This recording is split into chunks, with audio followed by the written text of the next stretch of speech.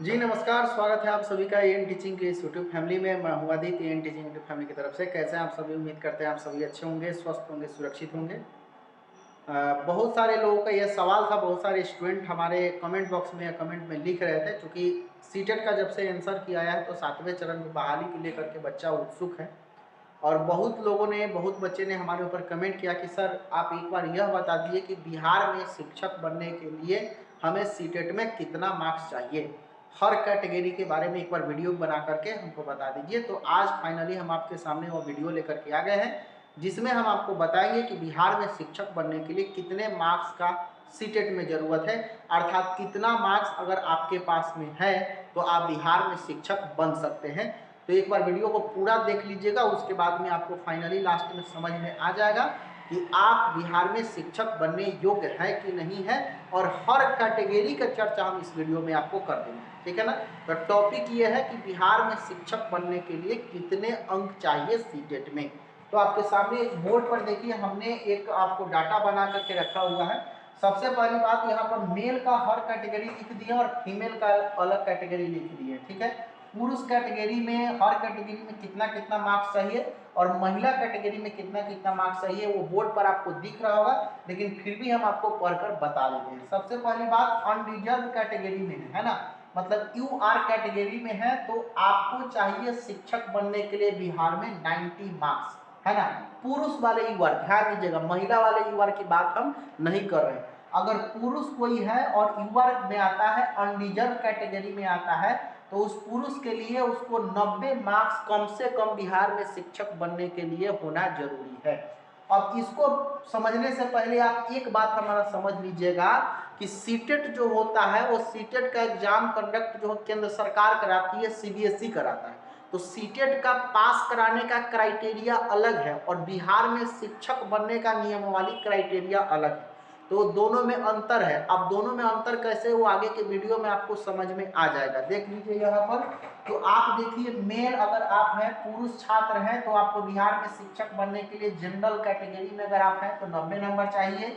अगर आप EBC category में हैं, ईबीसी कैटेगरी कहिए तब, चाहे बीसी 1 भी बहुत लोग कहते हैं, तो बीसी 1 में है या फिर ईबीसी में है, तो आप अगर आप पुरुष है तो आपको चाहिए 82 नंबर सीटेट में। अगर आप बैकवर्ड क्लास में है, मतलब बीसी कैटेगरी में है, जिसको हम लोग बीसी 2 के नाम से भी जानते हैं, सॉरी इसको हम ओबीसी लिख देते हैं, ओबीसी कहिए तब या फिर बीसी 2 कहिए तब, दोनों बात एक ही हुआ, तो उसके लिए भी चाहिए 82 मार्क्स। अगर आप एससी कैटेगरी में है, मतलब शेड्यूल कास्ट एससी कैटेगरी में या एसटी कैटेगरी में, एससी या एसटी कैटेगरी में है और मेल है, पुरुष है, तो आपको चाहिए केवल और केवल 75 नंबर।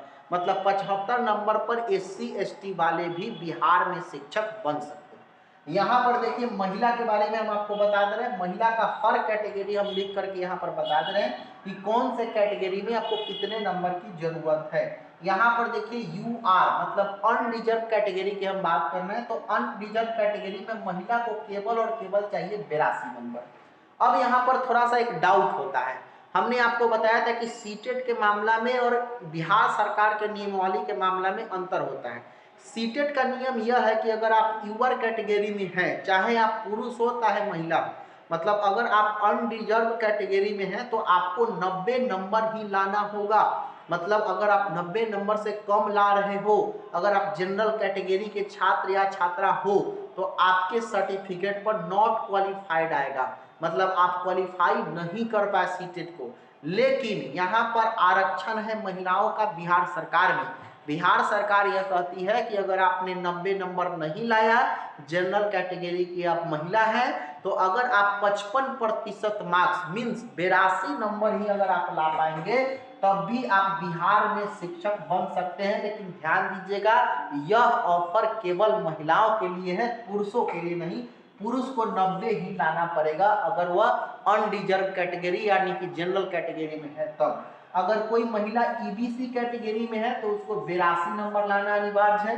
अगर कोई महिला ओबीसी कैटेगरी में अर्थात बीसी 2 में है तो उसको 82 नंबर लाना अनिवार्य है। अगर कोई महिला एससी कैटेगरी में है तो उसको 75 नंबर पर भी बिहार में शिक्षक बन सकता है। अगर कोई महिला एसटी कैटेगरी में है तो 75 नंबर पर भी बिहार में शिक्षक बन सकता है। लेकिन सीटेट का मामला अलग है भाई।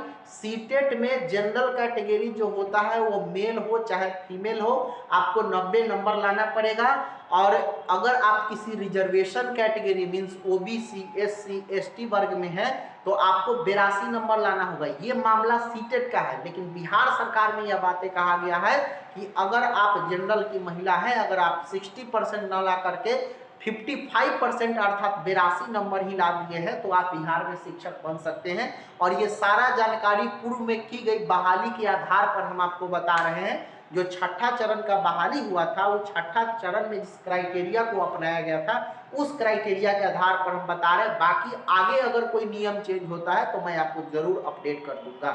यहाँ पर एक कैटेगरी हमारे पास में छूट गया है ईडब्ल्यूएस का। जनरल में ही ईडब्ल्यूएस आता है तो ईडब्ल्यूएस का छठे चरण में कोई आरक्षण नहीं मिला था, अर्थात जनरल का जितना मार्क्स पर सिलेक्शन किया गया था उतना ही मार्क्स पर ईडब्ल्यूएस का भी किया गया था।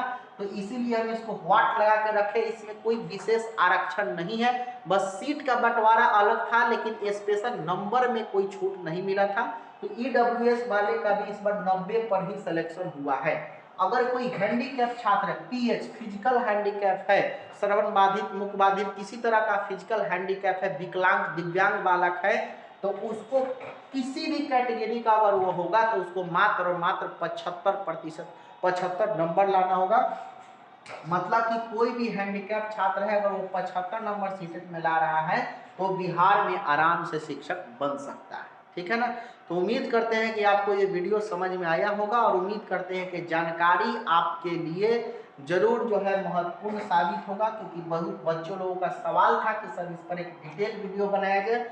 अगर आपको इससे संबंधित कोई भी दिक्कत समस्या है तो आप हमारे कमेंट बॉक्स में लिखिए और उसके बाद में वीडियो कैसा लगा इसके बारे में भी आप कमेंट बॉक्स में जरूर लिख करके हमें फीडबैक देंगे। बहुत बहुत धन्यवाद। आपका दिन शुभ हो। Thank you.